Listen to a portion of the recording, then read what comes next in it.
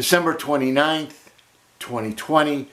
This is a rebroadcast of the December 28th NBC Evening News. And I'm going to play a short clip because it involves the Biden's incoming, assuming he's made president, it's his incoming COVID advisor, and she says something I find profoundly offensive. So I'm just going to play it and talk about it. But I'm also upset with and blame the FBI for what's going on. I'm a little bit nervous, but I think it'll be okay. A gamble, the nation's top health officials say, isn't worth it. The country already grappling with the deadly Thanksgiving surge. Now Christmas holiday travel is threatening to bring the nation to its knees. We are going to see one of the worst months in this nation's history in January. There is no doubt about that. Okay, listen to the next part. There is no doubt about that. And I think, unfortunately, that cake is in the oven, so to speak, already. Okay, that cake is in the oven, so to speak, already. So she's saying that the future COVID cases are already baked in from all of the activity. But I've said this before, and I'm going to keep saying it until it's refuted or addressed or researched. People are being put in 14-day home quarantine, and they're not being given any kind of treatment protocols. And I'm not just talking drugs. I'm just talking any kind of remedy that might reduce or eliminate the effects of COVID-19. When COVID-19 is still maybe just a couple of cells in your body that are deciding whether or not they can invade. Because that's how any virus starts. It starts small and builds up. But they're telling you that when it's small and deciding whether or not it's going to build up in your body, you're not supposed to do anything about it. That's what she just said. I'm going to play it again because I cut it up a little bit. So to speak, already.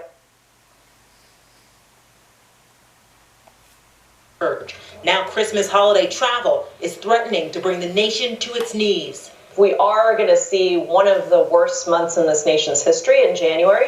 There is no doubt about that. And I think, unfortunately, that cake is in the oven, so to speak, already with the travel that's happened over the holidays.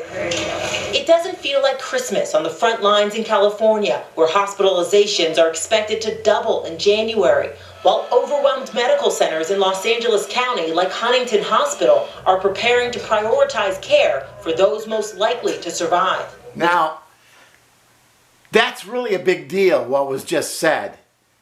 And I blame the FBI. We have a federal law called EMTALA, E-M-T-A-L-A, and it's, I don't remember, it's emergency medical. Basically what it comes down to is if you can't treat a patient, you're supposed to let them know that you're going to send them somewhere else because you're too busy. This law has never been enforced. The FBI is supposed to be enforcing this law. And 2 years ago, in 2018, the FBI had the opportunity to put a scare into everybody because we had a senior flu epidemic in this country that was covered up. And if the FBI had been doing their job 2 years ago and going around saying, what are you doing? Why are you kicking people out of the ER without treating them? What's going on? They could have put such a scare into the system that everyone would have been readier in 2020 for higher loads of people. But instead, the FBI doesn't even know what EMTALA is, refuses to enforce it, even though it's a federal law to protect people so that they're treated fairly in the ER. So now we have the hospitals who are going to play God with who they decide to treat and who they don't, even as these same people may have been in home quarantine 6 weeks earlier and were not given any treatment protocol. This is some really ugly stuff going on, and you can see how smoothly the news media can just gloss over the underbelly and make it seem like it doesn't exist. And that's what's scary about this whole issue here. Would you say that you're just weeks away from rationing care? We might be days away from that. The people that are returning from the Christmas holiday are going to start feeling ill in the next few days. Like so many Southern California hospitals, overflow tents are set up in parking lots to deal with patients that just keep coming.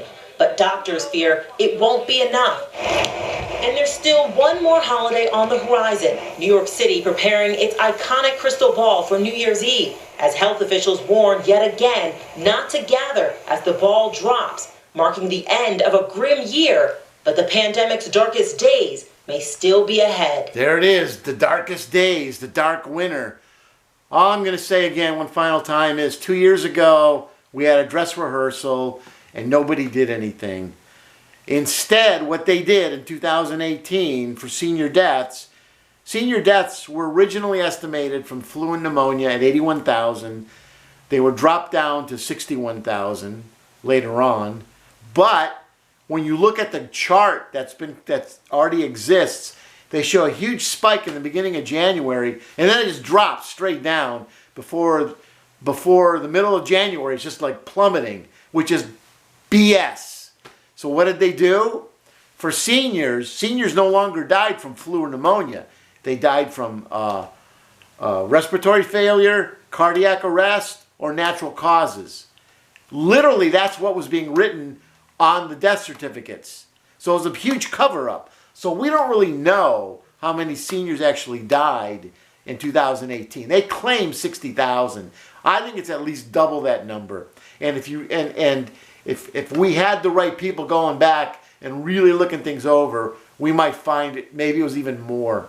Maybe it was 150,000, which is significant because it means that what we had in 2018 was pretty darn close to COVID, and nothing was done by the FBI or anybody when the hospitals were not doing enough. Many hospitals did not set up tents.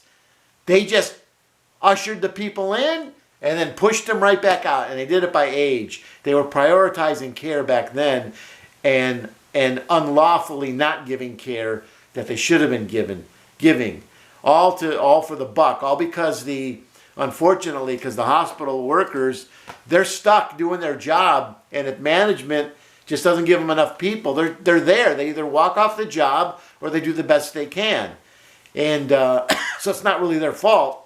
But that's what the role of the FBI should be, to come into these places, say, hey, what are you doing? You're understaffed, you're not giving proper treatment, you're violating EMTALA. How many EMTALA violations has the FBI given in the last few years? I bet it's been less than 10. It's disgusting. And this is the FBI, man. They're supposed to be watching our backs, not coming up with secret reports and files like they're so damn self-important that we don't care, we don't matter to them. And that's what's happened. EMTALA, learn about it. EMTALA, please learn about EMTALA. It's very important, because what's going to be happening now in the next couple of months should have never happened. If there really is going to be overcrowding and they're going to actually have to prioritize who they give care to, that's another word for basically eugenics. That's really what they're talking about. And this has been the plan for years. And by the FBI not enforcing EMTALA, it gave the hospitals more and more leverage to screw over their nurses and doctors and understaff them and not give them enough help and not create enough backup space and ability to expand to cover more patients, or to even justify having additional locations as backups for emergencies. All this could have been done if it had been taken seriously 2 years ago, when it wasn't. Instead, it was covered up. 2018, we had a senior flu epidemic in the United States, and it was covered up. And we're all paying the price now.